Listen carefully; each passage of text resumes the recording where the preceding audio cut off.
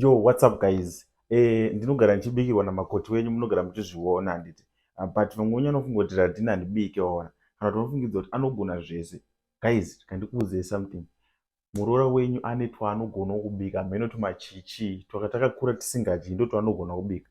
Ini ndine zvandinogona kubika zvasingagona kubika. Muroora wenyu haagoni kubika muriwo wemufushwa.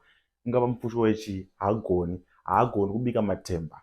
Skitira ari machokwadi, haagoni kubika matemba. So ini ndiripo kumuitira zvese izvozvo, zvimwe zvinhu zvatajaira kudya isu zvatinofarirawo. Handingati handizivi ndingati chii, but iye anofarira mufushwa. So nhasi akarara mheno kana kamuka ndiri pakati pekubika, but ndoda kumubikira mufushwa wemunyemba because ifavhorite yake zvekutodaro. Haagoni kubika matemba, haagoni kubika mufushwa, ungava wemunyemba, ungava munyevhe, ungava wechii, but anofarira munyemba. So nhasi ndoda kumubikira munyemba. Da kuti muone ndichibika munyemba wacho. Munyemba uyu wakagadzirwa namama wangu. Ndofarira kugadzira mufushwa wakagadzirwa namama wangu because haundipe stress. Mama wangu vanonyatsokuubhoila pavanoufusha papa. Saka unenge uri bowl, unenge wakabviswa mavhu, everything. Handinyanyi kustresseka nawo. Saka ndokukuradza kuti ndoita sei zvangu, ndomurova kasadza kane mufushwa wemunyemba usina kana nyama. Anonyatsonakirwa because ndinomubatira poto, ndotorawo poto zvekudaro. Musafungidzira kuti pamwe ndega ndinenge ndikubika mumba munomu. Tinotombodyawo sadza, ufushi sadza racho rinomunetsa kuti kudaio, but ngakamire kutaurisa because anogona kuzomuka. But kuti ungoziva secret iyoyo, ndinomubikirawo ende zvinakarara. Ndamubika kana kangomukawo zvake ndichibika anenge angomuka, but ende tinobika muone zvandoita inini. Imi. So inini mufushwa wangu ndinouisa mubhawel, ndotora mvura inobhoila, ndoisa mvura inenge yabhoila, ndomeka sure kuti wese watota zvawo kuti nyakata. Wapedza kudaro, ndotora madomasi angu, ndocheka domasi, ndogona kucheka kana 1, depends kuti mufushwa wacho wakawanda sei. Ndocheka domasi rangu, ndofarira tare kucheka, handifariri kuita zvekugreta. Ndapedza kucheka domasi rangu, ndotora pani yangu, ndoisa mafuta.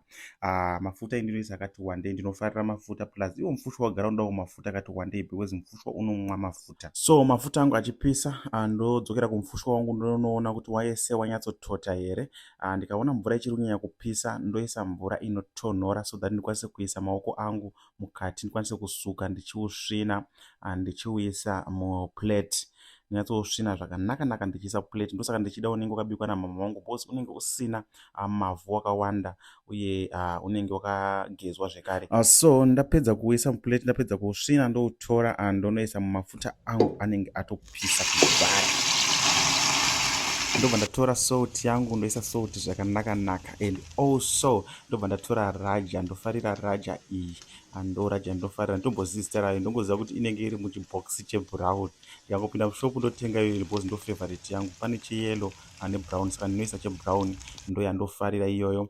Then ndobva ndatanga kusandura salt yangu, mufushwa wangu neraja yangu. Then ndobva ndatora madomasi angu andacheka paya, ndobva ndamaisa zvekare mupani mangu. Ndobva ndatanga zvekare kumasandura, ndichimashandura, kumamixa zvese mukati imomo.